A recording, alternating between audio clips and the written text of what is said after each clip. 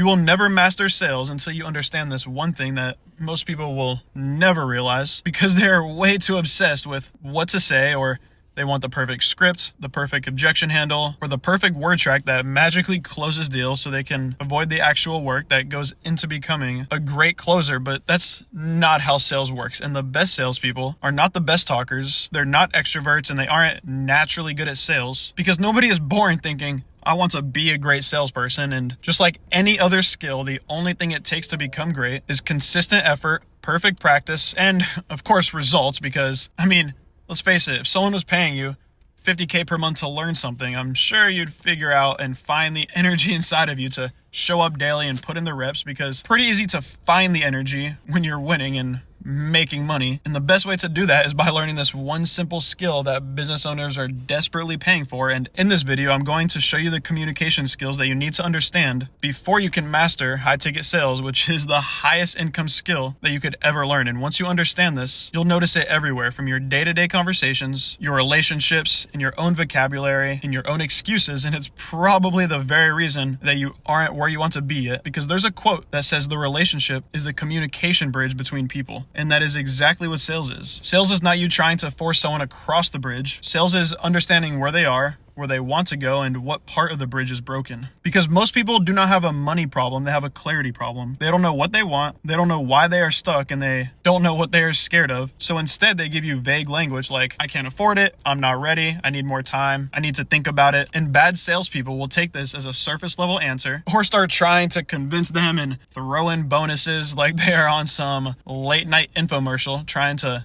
sell a blender, where good salespeople will slow down and clarify, because they know that vague language is not the end of a conversation, but instead is the beginning of a real one. Because the sale is not normally lost from the objections, it's lost because the salesperson accepts vague language at face value. But how do we identify this language and keep ourselves from being grouped into the 99% of shit salespeople? Well, we of course first need to understand language patterns, and the first being generalization, which is when someone takes one personal experience or problem and turns it into their entire identity, and then creates limiting beliefs for their life around it by applying that generalization to everything. For example, I need more time, this never works, everyone is a scammer, or I'm not good at sales. These sound like facts, but they are not facts. They're stories. Because what does I'm not good at sales even mean? Does it mean that maybe one time you tried closing your cousin at Thanksgiving on some random business idea and he looked at you like you just joined a pyramid scheme? Because that does not mean you're not good at sales. It means you had one bad experience and then turn that one experience into an identity. And this is what people do all the time. For example, I always quit. Nobody supports me. I can't make money online. I'm bad with people. Rich people are greedy. Money is bad. College is the only safe option. Sales is manipulative. These are not truths. These are generalizations, and generalizations are dangerous because they make the world around you smaller. If you tell yourself, I'm not good at sales, your brain will start looking for evidence to prove that true. You'll avoid calls, you'll sound nervous, you'll hesitate when asking questions, you might take rejection personally, and then you'll say, see, I told you I'm not good at sales. No, you just created a self-fulfilling prophecy with sloppy language, and prospects do the exact same thing all the time. They say, I can't afford it, and then most salespeople will accept that as reality. But what you need to ask is, what specifically makes you feel like you can't afford it? Because I can't afford it could mean 10 different things. It could mean that they literally have $7 in their bank account. It could mean they have the money but do not trust you yet. It could mean they do not believe that they'll follow through. It could mean they spent money on other programs, they got burned, or it could mean that their wife is going to look at their credit card statement and start questioning every life decision they've ever made. It's the same exact words, but completely different problems. And if you treat all of those the same way, you're not selling, you're guessing. So when someone generalizes, your job is to not attack them. Your job is to get specific. If they say, I always quit on things like this, or I never make it. Ask always. Is there one single time where you followed through on something difficult? Always, can't, never. These key words should what trigger this in your mind.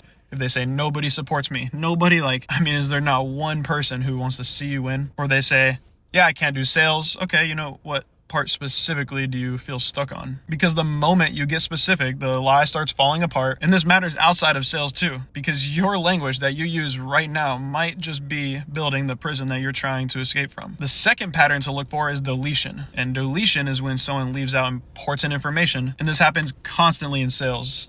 For example, someone says, it's too expensive. Okay, like expensive compared to what? A Lamborghini? Probably not. Chipotle burrito? Okay, maybe. But too expensive means nothing until you know what they are comparing it to. Someone says, I'm not ready. Okay, ready for what? You're not ready to start, not ready to invest, not ready to be held accountable. Are you not ready to admit that if you do not change now, then your life will probably look exactly the same 6 months from today? People delete details because details create responsibility. It's much easier to say, I'm not ready, than it is to say, I'm scared that if I invest in this and I fail, it will confirm the belief that I already have that maybe I'm not the person I thought I was. And that is the real objection. But most people will not say that up front because most people have never thought that deeply about their own situation. So they compress all of that fear, that doubt, that shame, and that confusion into one little phrase of, I'm not ready.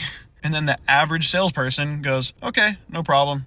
Follow up in a couple of months. No, that is where the conversation begins. You ask, okay, well, what would need to be true for you to feel ready? Or what part of this do you not feel ready for yet? Or when you say it's too expensive compared to what? Of course, not in a rude way. You're not trying to make them feel stupid. You're trying to help them hear themselves clearly, because people cannot change what they cannot see, and they cannot see what their language keeps hiding from them. The third pattern is distortion, and distortion is when someone takes one thing and makes it mean something else completely different, and this is where people really mess up their lives. For example, a prospect says, I failed before, so this probably won't work either. That is distortion, because failing before does not mean you will fail again. It has no relation. It might mean you had no accountability. It might mean you bought some trash course from a guy standing in front of a rented Ferrari telling you to manifest harder. It might mean you were lazy. It might mean you were not ready then, but you're ready now. But it does not automatically mean this will not work. That's just a meaning they attach to the event. Another example is, my wife won't support this. Okay, how do you know? Did you say that? Did you ask her? Or are you reading her mind and just assuming because you already feel guilty about wanting something bigger for yourself or your life? Another one is, if I'm nervous, that means I'm not ready. Or if I don't get results fast, that means I wasted my time. Or if I invest and fail, that means I'm stupid. No, it means you invested and you failed. That's it. You added the stupid part, which could be true, might not be true, but they're not in correlation. And this is where sales becomes deeper than sales, because a good salesperson is not just helping someone buy a product. A good salesperson is helping something separate reality from the story that they build around reality. And this is why sales is such a powerful skill, because it forces you to become sharper with language. It forces you to become more emotionally stable. It forces you to listen instead of react. And it forces you to stop accepting the first vague answer that people give you, because the first answer is almost never the real answer. This is true in sales. This is true in relationships. This is true in business. And this is true with yourself. If you tell yourself, I can't make money online, ask yourself, what specifically is stopping me? If you tell yourself, I'm not disciplined, ask, well, where am I disciplined already? If you tell yourself I'm behind, ask, okay, behind compared to who? If you tell yourself I'm stuck, ask, what is the next best logical move I can make today? Better questions create better answers create better decisions, and better decisions create a better life. And that is why the best salespeople, they're not the smoothest talkers, they're not extroverts, but they are the clearest listeners. They listen for the generalizations, they listen for the deletions, they listen for the distortions, and they listen for what's missing, for what the person believes but has not said yet. And then they ask the question that brings the truth to surface. Not to manipulate them, not to pressure them, but to help them finally see the thing that has been controlling them. Because the truth is, most salespeople are not stuck because they lack opportunity. They are stuck because their own language keeps reinforcing the same identity of, I'm not ready yet, I can't afford it, I always fail, I'm not that type of person, or my situation is different. And as long as they keep speaking that way, they will continue living that way. And that is why changing your language changes your life, because your words shape your thoughts shape your emotions shape your actions, and your actions shape your results. So if you want to master sales, stop chasing the perfect script and start learning how people think, start listening to the words they use, start paying attention to what they leave out, start questioning the meanings that they attach to things. Because once you understand language, sales stops feeling like convincing and it starts feeling like clarity. And when you can bring someone clarity, you can become valuable in a world where everyone is distracted, confused, emotional, reactive, and outsourcing their thinking to AI. Because the person who can sit across from another human being and help them understand themselves clearly is going to win. That person can sell, that person can lead, that person can build a business, and that person can make money in any economy. Because business is people, sales is people, and money comes from people. And if you don't understand people, you will always be looking for some tactic to save you. But if you do understand them, you can walk into almost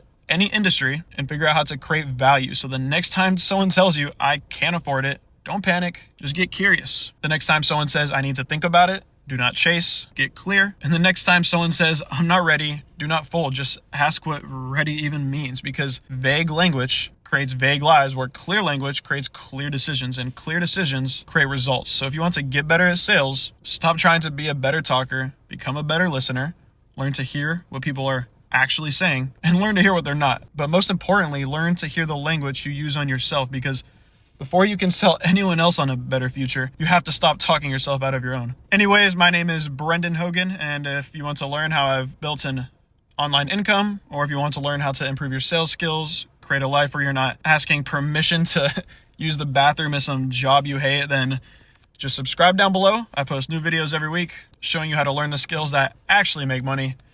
Catch you in the next one, homie.